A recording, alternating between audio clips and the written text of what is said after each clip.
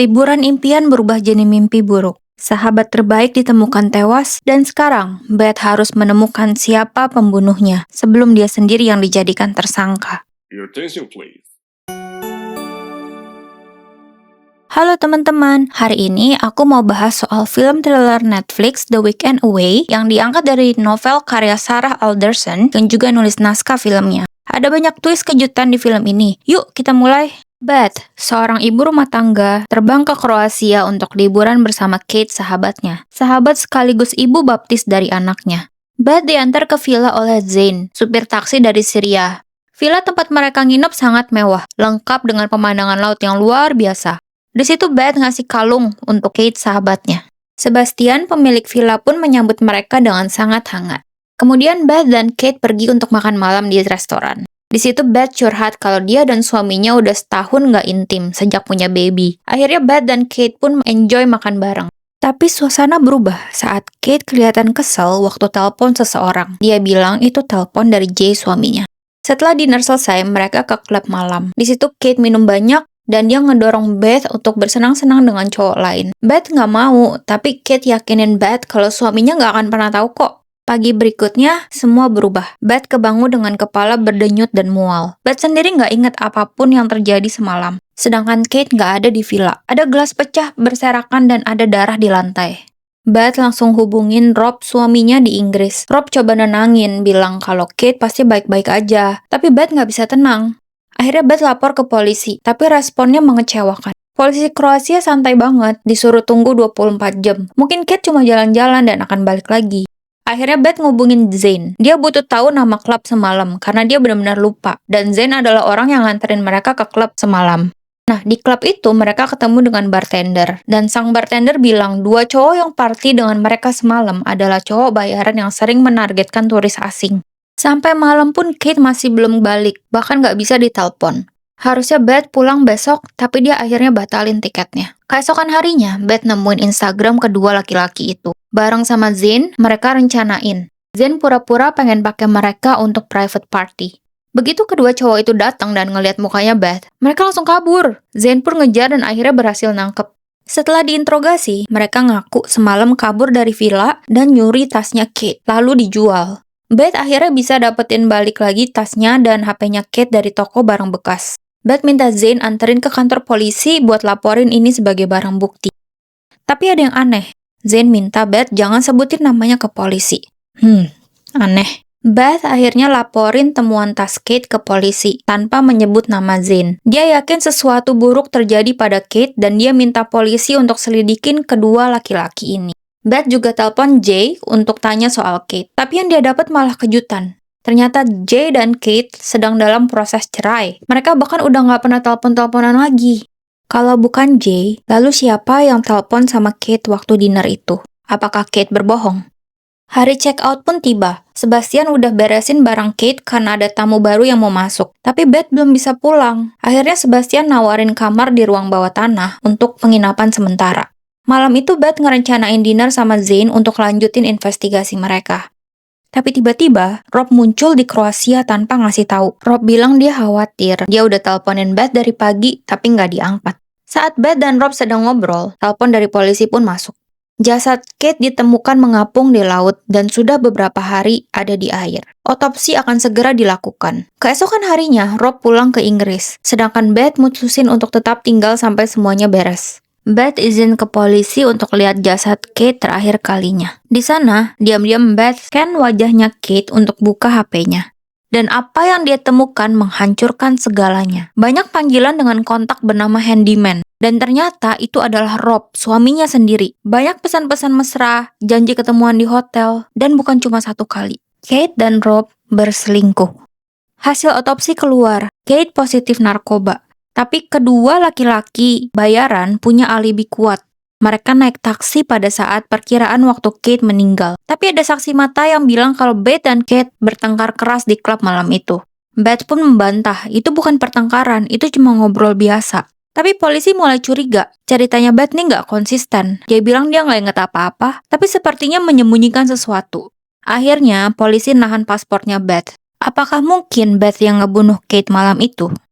Beth pun nelpon Jay. Ternyata Jay udah tahu dari lama soal perselingkuhan Kate dan Rob. Tapi Jay sengaja nggak bilang waktu itu karena Beth sedang hamil.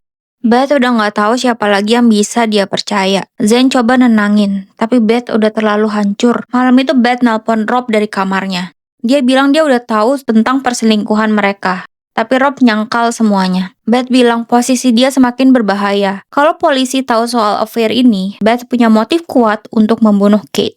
Dan terjadilah. Gak lama setelah itu, polisi datang nangkep Beth. Parahnya lagi, polisi tahu kalau Beth diam-diam minta bantuan Zane. Polisi bilang kalau Zane terhubung dengan organisasi kriminal Albania, dan polisi nuduh Zane yang bunuh Kate. Zane ditangkap, tapi apakah benar dia pembunuhnya? Dan apa motifnya? Beth dilepas sementara oleh polisi menunggu proses dengan pengacara. Ternyata di kamarnya Zane udah nunggu. Polisi udah bebasin dia karena Zane punya alibi solid saat pembunuhan terjadi. Zane menjelaskan soal koneksi Albania. Dia pernah nyelamatin anak kecil dari zona perang. Ayahnya terhubung ke People Smuggling Ring. Dan sebagai balas budi, mereka bantu Zane untuk dapat visa di Kroasia. Kemudian Beth nyadarin sesuatu. Gimana caranya polisi tahu tentang perselingkuhan Kate dan Rob? Beth curiga villa ini disadap. Dia akhirnya nemuin sesuatu di balik kaca. Ada alat yang mencurigakan. Diam-diam dia ambil kuncinya Sebastian, dan begitu Sebastian keluar dari rumah, Beth masuk ke ruang CCTV.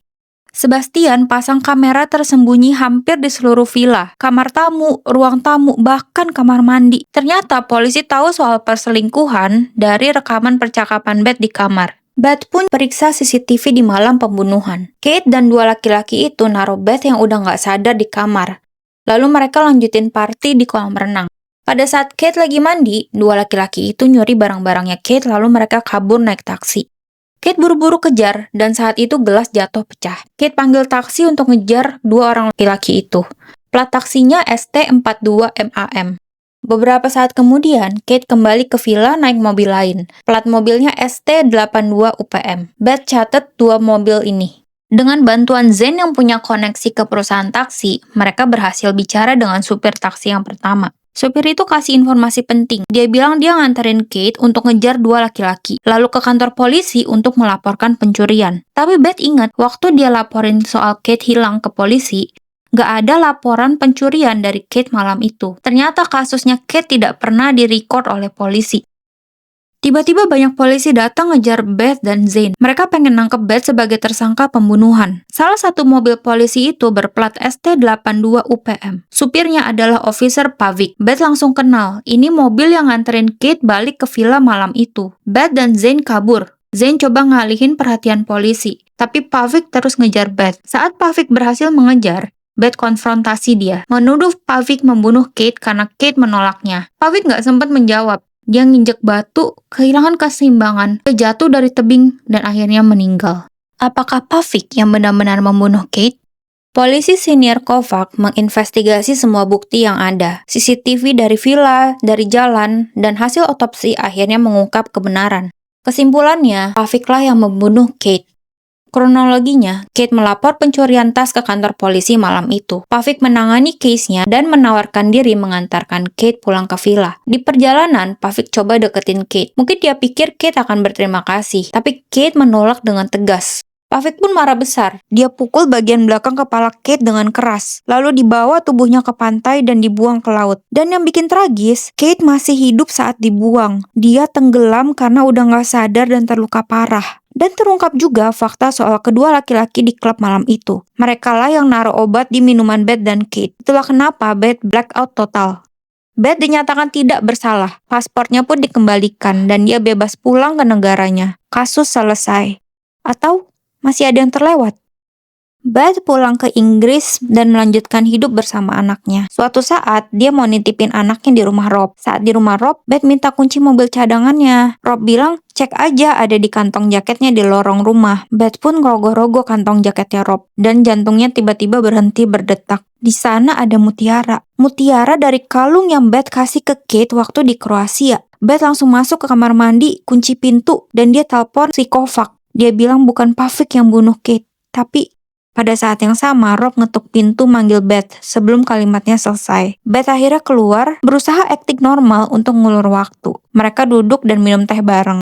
Dengan suara tenang tapi tegas, Beth bilang ke Rob, "Kamu yang membunuh Kate." Beth mengeluarkan mutiara kalung sebagai bukti fisik. Rob pun terdiam dan wajahnya pucat. Dia sempat mengelak, tapi akhirnya mengaku. Rob datang ke Kroasia diam-diam. Dia tunggu Kate di luar villa. Rob panik. Si Kate nggak balas chat dan nggak angkat telepon dia sama sekali. Dia takut Kate ngasih tahu ke Beth soal perselingkuhan mereka. Kate akhirnya muncul setelah diturunkan Pavik malam itu di depan villa. Rob ngajak Kate ke pantai untuk berbicara. Di situ Kate bilang dia ingin hubungan ini berakhir. Ini kesalahan besar dan hubungan ini nggak ada artinya buat dia. Kate akan ngomong jujur semuanya ke Beth. Rob nggak bisa terima. Dia pegang pundak Kate dengan keras, coba untuk bujuk Kate. Tapi nggak sengaja kalungnya Kate putus dan mutiara pun berhamburan. Kate coba menghindar, tapi emosi Rob udah meledak. Dia tampar si Kate sampai akhirnya Kate jatuh dan akhirnya kepalanya terbentur batu-batu tajam di pantai. Tubuhnya pun tergelincir masuk ke air. Tapi Rob kabur. Dia biarin Kate tenggelam di sana. Rob bilang dia kira Kate udah meninggal saat itu. Padahal Kate masih hidup sampai akhirnya meninggal tenggelam. Rob mohon ke Beth jangan laporin ke polisi demi anak mereka. Tapi Beth bilang ini udah terlambat. Ternyata Kovac mendengar semua pengakuan Rob melalui telepon yang gak ditutup sama Beth dari tadi. Semuanya terekam dan bukti yang sempurna. Rob coba nahan Beth di rumah, tapi Beth ngelawan. Dia akhirnya berhasil keluar dari rumah itu. Polisi pun datang nangkep Rob di rumahnya. Semuanya terbongkar. Perselingkuhan, pembunuhan, dan pengkhianatan. The Weekend Away membuktikan bahwa kadang orang yang paling kita cintai adalah orang yang paling berbahaya. Terima kasih udah nonton. Kalau kalian suka video ini, please like and subscribe ya. Sampai jumpa di film berikutnya.